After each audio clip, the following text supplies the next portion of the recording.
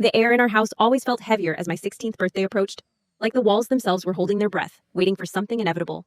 I grew up in a small town called Havenwood, nestled in the rolling hills of upstate New York, where our family was known for keeping to ourselves.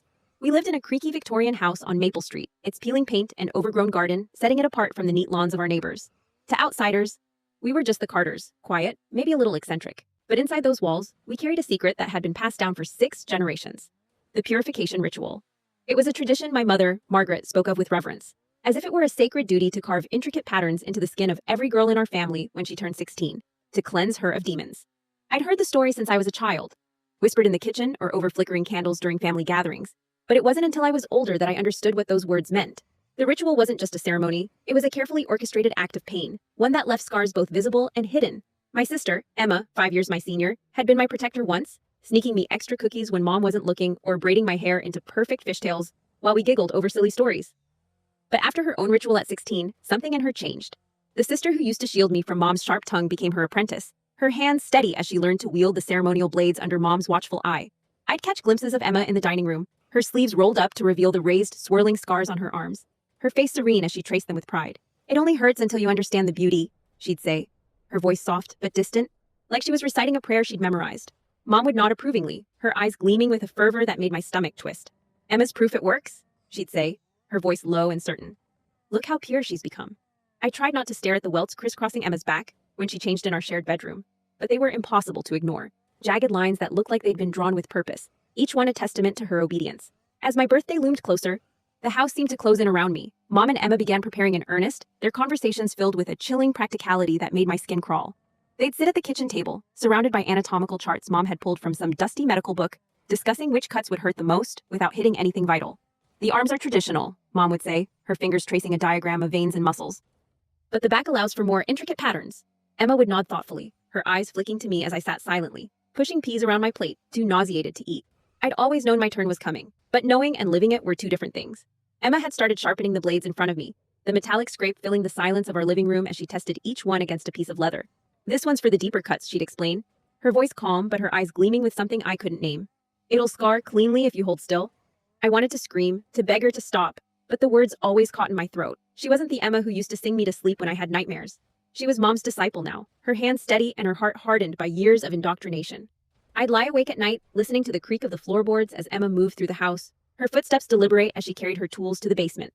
That was where it would happen, in a room I'd only seen once, when I was 12 and had snuck downstairs on a dare from a cousin who'd since moved away.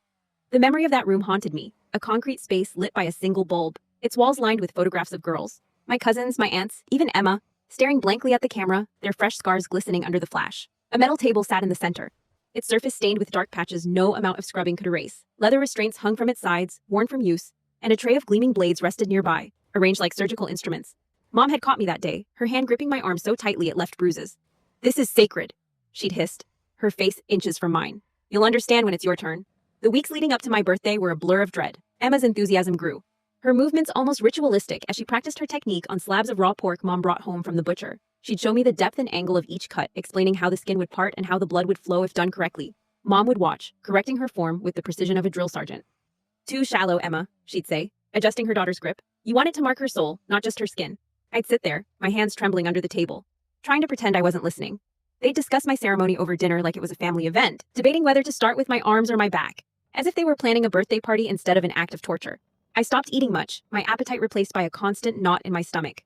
One night, Mom led me to the basement to prepare my spirit. The air was damp and cold, the smell of mildew mixing with something sharper, like old blood. She pointed to the photographs on the walls, naming each girl and describing her ceremony as if it were a badge of honor. "Your great-aunt Clara fought the hardest," she said, her voice almost fond as she gestured to a faded photo of a girl with hollow eyes. "But she was purified in the end." Emma stood beside her, testing the restraints on the table, her fingers lingering on the leather straps.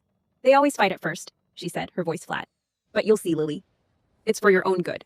I stared at the bloodstains on the table, my heart pounding so loud I was sure they could hear it. "Every woman in our family has done this," Mom added, her hand resting on my shoulder. "You should be grateful to continue the tradition." I wasn't grateful. I was terrified. The house felt like a prison, its locks newly reinforced after Mom noticed me lingering near the back door one evening. Emma started sleeping on a cot in my room, her presence a constant reminder that escape was impossible. She'd watch me with an intensity that made my skin prickle, her scarred arms a warning of what was coming. I'd catch her staring at me sometimes, her expression unreadable, and I wondered if she was still in there, the sister who used to draw smiley faces on my lunch bags, or if she'd been completely consumed by Mom's teachings. One afternoon, while Mom was out buying supplies, Emma sat me down in the living room and showed me a small, ornate box. Inside were the ceremonial blades, each one etched with symbols I didn't understand. "These have been in our family for generations," she said, her voice almost reverent as she lifted the smallest one, its edge catching the light. "I'll use this one for the first cut. It's the kindest." Kindest. The word felt like a slap. I wanted to run, to scream, to shake her until the old Emma came back, but all I could do was nod and pray she didn't notice the tears in my eyes. That night, I found a journal hidden under her cot, its pages filled with her handwriting. She'd drawn diagrams of the patterns she'd carved into me, each one labeled with notes about pain levels and healing times. One entry read, "Lily's ceremony will be my best work. Mom says it'll prove I'm ready to lead." I closed the journal, my hands shaking, and shoved it back under the cot before she could catch me. The closer my birthday got, the more I felt like a ghost in my own life. I stopped talking much, my voice replaced by a constant hum of fear. At school, I'd sit through classes in a daze, barely hearing the teachers as I counted down the days. My friends noticed, asking why I looked so tired, but I couldn't tell them. How do you explain that your family is planning to cut you open in the name of purity? Mom started locking the windows at night, claiming it was for safety, but I knew it was to keep me in. Emma's preparations grew more meticulous, her hands steady as she polished the blades or practiced her cuts on fruit, the juice pooling on the counter like blood. She'd hum old hymns Mom taught her, the same ones I'd heard during family gatherings when aunts and cousins would visit, their sleeves always long despite the summer heat. I started noticing things I'd ignored before, the way Aunt Rachel flinched when Mom raised her voice, the way Cousin Stella always wore gloves, even indoors. They were all part of it, scarred and silent, bound by a tradition no one questioned. One evening, while Mom was upstairs, Emma pulled me aside and showed me a photo of herself right after her ceremony. Her skin was raw, the patterns red and angry, but she smiled faintly, like she'd won something. "It's not as bad as you think," she said, her voice almost gentle. "You'll feel different after, cleaner." I wanted to believe her, to cling to the idea that she still cared, but all I could see was the girl in the photo, her eyes empty despite the smile. The night before my birthday, I lay awake, listening to the house groan under the weight of its secrets. Emma was asleep on her cot, one arm dangling over the edge, her scars glowing faintly in the moonlight. I thought about running, but the locks were too new, the windows too high. I thought about begging, but I tried that once, years ago, when I'd asked Mom why we had to do this. She'd slapped me hard enough to leave a mark and told me questioning the ritual was questioning God. I didn't sleep that night, my mind racing with images of the basement, the table, the blades. I kept seeing Emma's face, the way it had hardened over the years, and I wondered if I'd lose myself the same way. By morning, the house was quiet, but it wasn't peaceful. It was the kind of quiet that comes before a storm, when you know something terrible is coming, and all you can do is wait. I got out of bed, my legs shaky, and found Emma already awake, standing in the hallway with a strange look in her eyes. "It's almost time," she said, her voice soft but firm. "You need to get ready." I followed her downstairs, my heart pounding, knowing that whatever happened next would change everything. The night before my 16th birthday, the house on Maple Street felt like a tomb, its silence broken only by the faint creak of floorboards and the distant hum of crickets outside. I lay strapped to the metal table in the basement, the leather restraints cutting into my wrists and ankles, each breath shallow as I tried to block out the flickering candlelight glinting off the ceremonial blades arranged beside me. Mom and Emma had left me here hours ago, their voices echoing in my head as they spoke of spiritual preparation and cleansing my soul. The photographs on the walls stared down at me, generations of Carter women, their scarred skin a testament to the purification ritual, their eyes hollow with resignation. My heart pounded so loudly I was sure it would wake the house, but the only sound was my own ragged breathing. I'd given up tugging at the restraints. They were too tight, designed to hold girls who fought, girls like me who didn't want to be purified. The air was thick with the smell of mildew and something metallic, a reminder of the blood that had soaked into this table over decades. I kept my eyes fixed on the smallest blade, its etched handle gleaming like a promise of pain. Emma had said it was the kindest, but there was nothing kind about this place. I thought of her upstairs, sleeping on her cot in my room, her scarred arms proof of what she'd endured, and what she was ready to do to me. I wanted to hate her, but all I could feel was a hollow ache for the sister she used to be, the one who'd sneak me out for ice cream when Mom was in one of her moods. That Emma felt like a ghost now, buried under Mom's teachings and the weight of tradition. Just before dawn, the basement door creaked open and footsteps descended the stairs, slow and deliberate. I tensed, expecting Mom's cold voice or the glint of a blade in Emma's hand, but instead I heard a whisper, urgent and trembling. "Lily, get up!" It was Emma, her face pale in the candlelight, her hands shaking as she fumbled with the restraints. Her fingers slipped on the buckles, and she cursed under her breath, her eyes darting to the stairs. "We're leaving, right now." I stared at her, my mind struggling to process the words. This was the same Emma who'd spent weeks sharpening blades, who'd traced patterns on my arm with a smile, explaining how they'd scar. "I can't do this to you," she said, her voice breaking as she yanked the last strap free. Tears streaked her face, catching the light as she pulled me off the table. "I've been planning this for weeks. I have money saved, bags packed. We're getting out." My legs wobbled as I stood, my body stiff from hours of being bound. But Emma's grip on my arm was firm, almost desperate.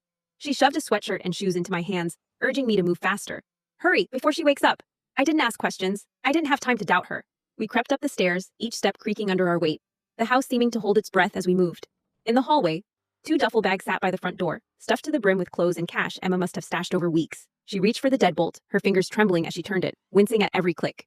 The air outside was cool, the first hint of freedom I'd felt in months. But before we could step onto the porch, a voice cut through the silence like a blade. Going somewhere? Mom stood at the top of the stairs, her ceremonial robes draped over her shoulders. The largest blade in her hand, her face was calm, almost serene, but her eyes burned with a fury I'd never seen before. Emma froze, her hand still on the doorknob, and I felt my stomach drop. Emma, I'm so disappointed, Mom said, descending the stairs with deliberate slowness, the blade catching the dim light from the hallway lamp. After everything I taught you. Emma pushed me behind her, her body trembling but her voice steady. I won't let you hurt her like you hurt me. Mom laughed. A soft, chilling sound that made my skin crawl. Hurt you? I saved you from the demons, but clearly, you're still corrupted.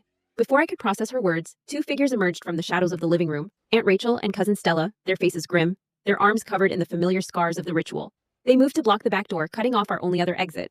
Did you really think I didn't know? Mom said, her voice dripping with mockery. I've seen you crying at night, flinching every time we planned Lily's ceremony. That's why I called them. She nodded toward Rachel and Stella, who stepped closer, their expressions unreadable. Since you're too weak to perform the ritual, your aunt and cousin will do it, and they won't be as gentle as you plan to be. Rachel's lips curled into a faint smile, and I remembered the stories Emma had told me about her. How she enjoyed the screams, how she'd once cut too deep and laughed about it. Emma's grip on my hand tightened, her nails digging into my palm as Rachel and Stella closed in. Strip her and strap her down, Mom commanded, her voice cold as she pressed the blade against Emma's throat. A thin line of blood appeared where the metal touched skin, and Emma flinched but didn't back down. Run, Lily, she screamed, her voice raw as she thrashed against Rachel's grip, her feet kicking wildly at Stella's shins. I yanked my arm free from Stella's grasp, her scarred fingers slipping as I bolted for the front door. My bare feet slapped against the hardwood, the cool night air hitting my face as I stumbled onto the porch. Behind me, I heard a sickening crack. Emma had slammed her head back into Mom's face, blood exploding from Mom's nose as she staggered backward, the blade clattering to the floor. Emma broke free, running after me, but Rachel was faster, diving forward to tackle her legs. Emma hit the ground hard, her chin splitting open on impact, blood pooling beneath her as Rachel pinned her down. I froze, one foot on the porch, my hand gripping the doorframe. The keys to Mom's car hung on a hook by the door, glinting in the moonlight. I grabbed them and hurled them into the darkness of the front yard, where they vanished into the bushes. Slamming the door shut, I turned the deadbolt, my hand shaking so badly I could barely grip it. Inside, Mom pushed herself up, blood streaming down her face, staining her robes. She laughed, a cold, hollow sound that made my stomach churn. Rachel, call Patricia, she said, wiping blood from her mouth. We need the family here for an emergency purification. Rachel pulled out her phone, her scarred fingers dialing as Stella dragged Emma to her feet, twisting her arms behind her back until she gasped in pain. I pressed myself against the wall, my mind racing for a way out. The bathroom window was our only chance, but Mom stood between me and the hallway, her eyes locked on mine like a predator sizing up prey. Emma's eyes met mine across the room, and she mouthed bathroom window, before Mom noticed and backhanded her across the face, the sound echoing in the quiet house. Rachel spoke into her phone, her voice calm as she explained the situation, saying the family would arrive in 20 minutes. Mom ordered Stella to get extension cords from the garage to tie Emma up, and I watched, helpless, as they dragged her into the kitchen. They wrapped the orange cords around her wrists, ankles, and chest, securing her to a chair so tightly, the cords left red marks on her skin. She needs to watch, Mom said, her voice flat. It'll remind her why we do this. I sank to the floor near Emma, whispering apologies as tears burned my eyes. She shook her head, blood dripping from her chin onto her shirt. Check my jacket, she whispered, nodding towards the coat rack where her denim jacket hung. I stumbled to my feet, pretending to trip, and my fingers found her phone in the inside pocket. Still recording. I slipped it into my sleeve, my heart racing as car doors slammed outside. Footsteps approached, heavy and purposeful, and Aunt Patricia entered, her ceremonial robes already on, the hood casting shadows over the scars on her neck. Starting early this year?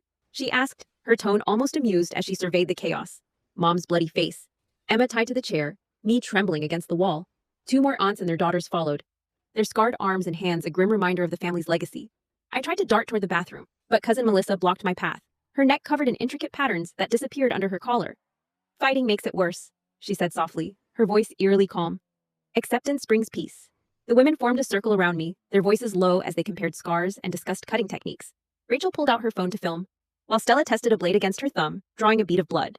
The air grew thick, the house shrinking with every step they took. They began removing their shirts, revealing bodies covered in raised white scars, patterns that sprawled across backs, stomachs, and thighs. Aunt Patricia traced a deep mark near her ribs, her voice calm as she described the pain that lingered decades later. I tried to scream, but Mom shoved a cloth into my mouth, muffling my cries. Emma struggled against the cords, the chair scraping against the kitchen floor as she fought to get to me, tears streaming down her face. Mom pulled out her phone, calling more family members, urging them to hurry. We're starting early, she said, her voice steady despite the blood still dripping from her nose. Car doors slammed again, and cousins I barely knew walked in, carrying medical supplies and more restraints. They laid plastic sheets on the living room floor, discussing whether to start with my arms or back.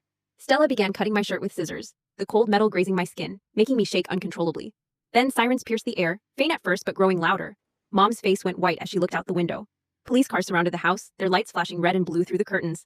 Officers in tactical gear stormed the front door, shouting commands as the women scattered, some diving for windows, others frozen in place. Mom dropped her blade, raising her hands, but her eyes burned with fury as she stared at me. Paramedics rushed to Emma, cutting the cords and checking her injuries, while another untied the gag from my mouth. A woman named Ms. Wells from Child Protective Services wrapped us in blankets, leading us to her car as Mom screamed about religious persecution from the back of a police cruiser. The cool night air hit my face, and for the first time in months, I could breathe. Emma clutched my hand, her fingers trembling, and I realized she'd saved me, the sister I thought I'd lost forever. The safe house where Ms. Wells took us was a small, tidy bungalow on the outskirts of Havenwood, owned by a foster mother named Grace Harper. It smelled of lavender and fresh bread, a stark contrast to the mildew and fear of our old home on Maple Street. Grace was a soft-spoken woman in her 50s, with kind eyes and a knack for knowing when to leave us alone. She gave Emma and me a bedroom with twin beds and a window that actually opened, though I checked the locks obsessively the first few nights. Emma barely spoke, her hands trembling whenever a door creaked or a car passed by outside. Her chin was bandaged from where it had split open during our escape, and the bruises on her wrist from the extension cords were a constant reminder of how close we'd come to disaster. I wasn't much better, jumping at every shadow, my dreams filled with the glint of blades and Mom's cold laughter. Grace never pushed us to talk, but she left plates of homemade cookies on the kitchen counter and taught us how to play card games, her patience a quiet anchor in the chaos of our new reality. The police interviews started the next day, held in a sterile room at the station with a detective named Martinez, who had a gentle voice but sharp questions. He asked about the basement, the blades, the photographs on the walls. And I told him everything, how Mom had planned my purification ritual, how Emma had saved me at the last second. Emma's testimony was harder. She'd start shaking when she described her own ritual at 16, how Mom had carved patterns into her arms and back for hours, whispering prayers over her screams. She said it was to save my soul, Emma said, her voice barely audible. I believed her for so long. Detective Martinez took notes, his face unreadable. But I saw his jaw tighten when I showed him the photos I'd taken of Emma's scars, with Grace's phone, each one a map of pain. The investigation grew bigger than we'd imagined. Within a week, Detective Martinez told us they'd found evidence of similar rituals in other families, not just in Havenwood but across New York, Oregon, and Washington. The FBI got involved, calling it a ritualistic abuse network hidden behind claims of religious tradition. They raided Aunt Patricia's house and found journals detailing ceremonies she'd performed on her own daughters, complete with sketches of blade patterns that matched Emma's scars. The news hit us like a punch. This wasn't just our family's sickness, it was a web stretching across states, binding dozens of girls in pain. Emma and I were called to the prosecutor's office, a cramped space downtown, where a woman named Ms. Larson spread out evidence on her desk. Photos, medical records, even a video Mom had recorded of a cousin's ritual, her voice calm as she described each cut. Ms. Larson was tough but kind, her eyes softening when she saw Emma flinch at the sight of the blades in the photos. You're not alone anymore, she told us. We're building a case, and your testimony will be key. Testifying meant facing Mom in court, a thought that made my stomach churn. She'd been released on bail with an ankle monitor, confined to a relative's house, but she found ways to reach us. Flowers arrived at Grace's doorstep with notes saying, "Thinking of my girls," in Mom's handwriting. Grace burned them in the backyard, the smoke curling into the sky as Emma and I watched, our hands clasped tightly together. The extended family didn't stay quiet either. Aunt Patricia called Grace's phone, her voice icy as she accused us of betraying our heritage. You're breaking 6 generations of tradition, she said, as if we'd burned down a church instead of escaped torture. Her daughter, Melissa, left voicemails claiming we were liars, that Mom was a loving mother protecting us from demons. Grace changed her number and installed security cameras after someone left a dead rose on the porch with a note reading, "Blood stays loyal." The threats made Emma withdraw further. She'd sit for hours staring out the window, her fingers tracing the scars on her arms. I started writing in a journal Grace gave me, filling pages with memories of the basement, the blades, Emma's scream as she told me to run. Writing was the only way I could keep the nightmares from swallowing me whole. Ms. Wells connected us with a support group for abuse survivors, held in a community center with mismatched chairs and a coffee maker that never stopped brewing. The other kids had their own horrors, beatings, neglect, but our story stood out. I've never seen anything like this, the counselor Sarah said, her voice gentle but shaken. A whole family, across generations. Justifying this with religion. Emma and I sat in the circle, listening to others share, and for the first time, I felt a flicker of hope. A girl named Hannah, whose stepfather had locked her in a closet for days, reached for my hand during a break. "You're brave," she whispered. I didn't feel brave, but her words stayed with me. The grand jury hearing came 3 months after our escape, and I had to walk into a courtroom packed with strangers, their eyes following me as I took the stand. Mom sat at the defendant's table, her face blank, her hands folded neatly in her lap. I described the basement, the restraints, the photographs of scarred girls, my voice shaking but steady enough to keep going. I showed them the pictures of Emma's scars, explaining how Mom had cataloged each cut for maximum pain without killing. Two jurors wiped tears from their eyes, and one looked away when I described the bloodstains on the table. Emma testified the next day, her voice stronger than I'd expected as she recounted her own ritual. She told them how Mom had spent 6 hours carving her, how she'd begged to stop but was told the demons were fighting back. I thought I had to do it to Lily, she said, her voice breaking. I thought it was the only way to protect her. The prosecutor, Ms. Larson, asked why she'd changed her mind, and Emma looked at me, tears spilling over. Because she's my sister, she said simply. The courtroom was silent, the weight of her words hanging in the air. Mom didn't react, her eyes fixed on some point in the distance, as if we were strangers. Outside the courtroom, the world was anything but quiet. Someone leaked Grace's address online, and protesters showed up with signs about religious freedom and government overreach. They chanted about traditional values, while police escorted us to and from the support group. Grace kept the curtains closed, her face tight with worry as she checked the locks each night. Emma started having panic attacks, her breaths coming in sharp gasps whenever a car slowed outside. I tried to be strong for her, but I was crumbling too, waking up screaming from dreams of blades and blood. Sarah, our counselor, suggested I keep writing, so I filled another notebook, this one with sketches of the basement and lists of every detail I could remember.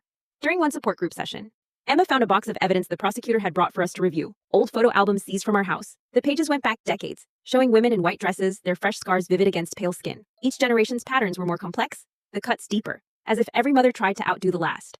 Emma traced a photo of our great-grandmother, her finger lingering on the faint scars across her collarbone. They made it worse, she whispered. It wasn't always this bad. The legal battle dragged on, each day a new reminder of how deep the family's secrets ran. Ms. Larson called us one evening with news that made my blood run cold. They'd found Mom's journals, hidden in a locked drawer in her bedroom. The pages documented every ritual she'd performed, 23 girls in total, including cousins and family friends whose parents had paid for her services. Some entries described girls who'd lost too much blood, how Mom had stitched them up herself to avoid hospitals. The prosecutor was cross-referencing names with missing persons reports, suspecting some hadn't survived. Emma didn't sleep that night, her eyes red and haunted as she sat on her bed, clutching a pillow. I was part of it, she said, her voice barely audible. I held the tools. I helped her. I grabbed her hand, telling her she'd saved me, that she wasn't like Mom, but the guilt was eating her alive. Grace found us like that at dawn, Emma crying into my shoulder, and she sat with us, her presence steady and warm. You're not defined by what she made you do, she said, her voice firm. You're defined by what you choose now. Grace's house became our sanctuary, but the outside world kept pressing in. The media caught wind of the case and reporters started camping outside the courthouse, shouting questions whenever we arrived for meetings with Ms. Larson. Are you the Carter girls? Did your mom really think she was saving you? I learned to keep my head down, but Emma would freeze, her scars hidden under long sleeves but burning under their stares. Ms. Wells helped us navigate the chaos, arranging for us to attend school part-time with a tutor to catch up. I threw myself into homework, finding comfort in algebra and history, things that made sense when nothing else did. Emma started therapy, meeting with a trauma specialist who helped her untangle the years of indoctrination. She made me believe pain was love, Emma told me one night, her voice raw. I don't know how to unlearn that. I didn't have an answer, but I sat with her, our hands linked, the way we used to when we were kids plotting adventures in our backyard. The support group became our lifeline, a place where we could share without judgment. Hannah, the girl from the group, started texting me daily, sending silly memes to make me laugh. One day, she showed me her own scars, not from rituals, but from a different kind of family hell. And we sat in silence, understanding each other without words. As the trial date loomed, Ms. Larson prepared us for what was coming. Your mother's lawyer will try to make you look like liars, she warned, her voice steady but kind. They'll say you exaggerated, that you wanted attention. She made us practice our testimony, repeating every detail until we could say it without crying. Emma struggled the most, her guilt resurfacing every time she had to describe her role in preparing my ritual. I sharpened the blades, she'd say, her voice breaking. I was going to hurt you. I'd grab her hand, reminding her she didn't, that she saved me instead. One afternoon, while Grace was at the store, Emma found a letter Mom had sent through a cousin, slipped under the door. It was written in her looping script, full of Bible verses and warnings about demons consuming us for betraying the family. Emma tore it to pieces, her hands shaking, and we burned the scraps in Grace's fireplace, watching the flames eat away the words.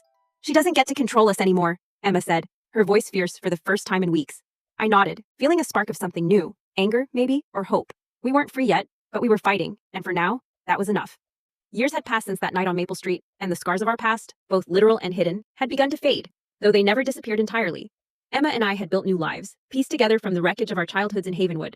I was now a law student in Albany, my days filled with case studies and late-night coffee runs, while Emma had graduated with a degree in psychology and worked at a crisis center, her voice steady as she counseled kids trapped in nightmares like ours. Grace Harper, our foster mother, had legally adopted us, giving us a family that showed love through Sunday dinners and quiet hugs, not blades and blood.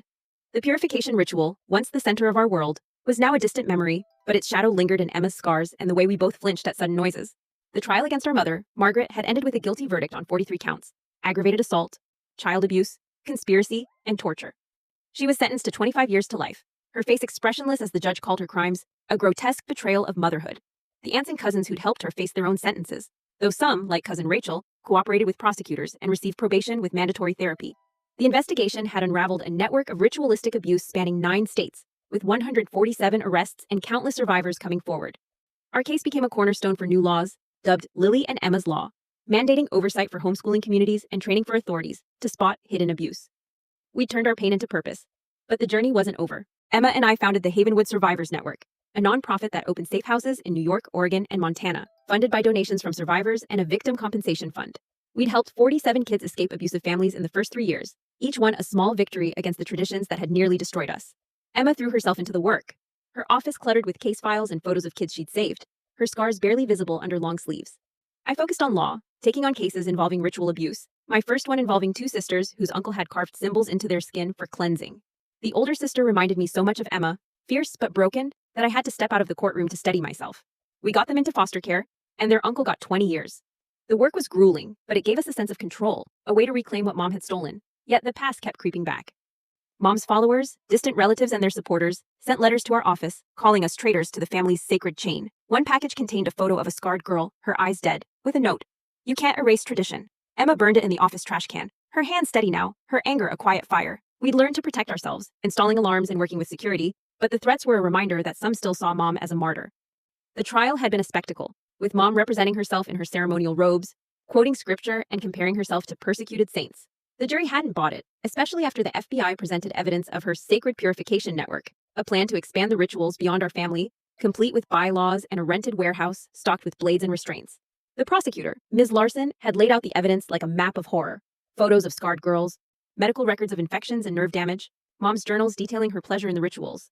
Aunt Patricia's testimony had been the final blow, revealing how Mom had twisted the original ceremonies into something sadistic, adding deeper cuts and new patterns for her own satisfaction. The courtroom had gone silent when Patricia read from Mom's journal. The screams are proof the demons are leaving. Even Mom's lawyer looked sick as the jury took notes. Emma and I had testified without breaking, our voices steady as we described the basement, the blades, and Emma's last-minute decision to save me. Mom had screamed that we were possessed. Her outburst so violent, the bailiffs removed her to a holding cell. The guilty verdict came after 3 days of deliberation, and when the foreman read the charges, Emma squeezed my hand so tightly I felt her pulse through her fingers. We'd stood outside the courthouse afterward, surrounded by survivors who'd come to support us, their scars hidden under sleeves, but their eyes bright with hope. "You ended it," one woman said, her voice trembling. "You broke the chain." Life after the trial wasn't easy, but it was ours. Emma met someone at a survivor support group, a man named Daniel, who noticed her scars, but never asked, just brought her coffee and listened when she was ready to talk. They married in a small ceremony with no knives, not even for the cake. And we danced until dawn, surrounded by survivors who understood why we flinched at sudden movements. I graduated law school as valedictorian. My speech about finding your voice after being taught silence was holy. Emma sat in the front row with Grace and Daniel, all 3 crying when I dedicated it to sisters who save each other. We used the compensation fund to expand our network, opening 3 more safe houses within a year. Survivors sent us letters, some with donations, others with stories of their own escapes. One girl, Sarah, wrote about burning her family's ceremonial tools in a bonfire, reclaiming her body from their traditions. Emma framed the letter, hanging it in her office next to a photo of us at Grace's, laughing over a board game like normal sisters. The normalcy was a gift. Movie nights with Grace's grandkids, who called us aunties, or cooking classes where we learned to make lasagna without checking the door for threats. But the past wasn't gone. Mom's first parole hearing came 23 years after her conviction, and we testified via video, me from my law office, Emma from her counseling center. Mom sat in her orange jumpsuit, claiming divine authority over our souls, her voice unchanged from the night she'd held a blade to Emma's throat. The parole board denied her in minutes, citing her lack of remorse. "She'll die in there," Ms. Larson told us afterward, her voice matter-of-fact. We hung up and went back to our lives, the ones we'd built from ashes. The lessons we learned were hard-won but clear. Speaking out, though terrifying, could shatter cycles of abuse and give others the courage to escape. Emma's choice to save me proved that love, real, messy, human love, could overcome even the deepest indoctrination. We'd both been taught that pain was holy, but we learned that healing was holier, that resilience could turn victims into advocates. The most powerful lesson was that we could redefine ourselves, choosing what our scars meant to the world. Emma had hers surgically removed, trading Mom's marks for clean lines, not to erase the past but to claim her body as her own. I got a tattoo, a phoenix rising from flames, covering a bruise Mom had left on my shoulder. The needle stung, but it was a pain I chose, a mark of freedom. We shared these lessons at a survivor conference, standing before 300 people under a banner reading, "Breaking the Chain." Emma spoke first, her voice strong. "We turned our worst nightmare into our life's work." I looked out at the faces, women and girls who'd survived rituals like ours, their scars a map of their strength, and felt the weight of the basement lift. We'd burned the last of Mom's artifacts in Grace's backyard, the anatomical charts and a single blade turning to ash as survivors shared what they were reclaiming. their voices, their bodies, their futures. The smoke rose into the night, carrying away generations of pain. The educational impact of our story went beyond our family. We testified before Congress, explaining how isolation and religious justification hid abuse for decades. Emma described the indoctrination, how she'd been taught to see pain as love, while I showed them photos of the basement and mom's journals, evidence of a network that thrived in silence. The representatives listened, some visibly shaken, and voted to fund task forces trained to spot ritual abuse. Our case became a training module for social workers and police, a warning of what happens when tradition becomes a shield for torture. Emma's thesis on generational abuse won awards, dedicated to the girls who didn't survive their ceremonies. I wrote a book, used in social work programs, about spotting the signs we'd missed for so long. Every Mother's Day, we brought flowers to Grace, who hugged us tightly, never mentioning the scars she could feel through our clothes. Her grandkids grew up thinking scars were just part of some people's stories, like freckles or birthmarks. Emma's daughter, born 5 years after her wedding, grew up in a home where love meant safety, not pain. At the conference, as we stood together, I realized the basement that had haunted us was now the foundation for saving others. The chain of violence, 6 generations long, had ended with us, not because we were special, but because we refused to stay silent. Our story wasn't just about survival, it was about teaching the world that no tradition is worth more than a child's safety, that speaking out can light the way for others, and that love, not pain, is what makes a family whole.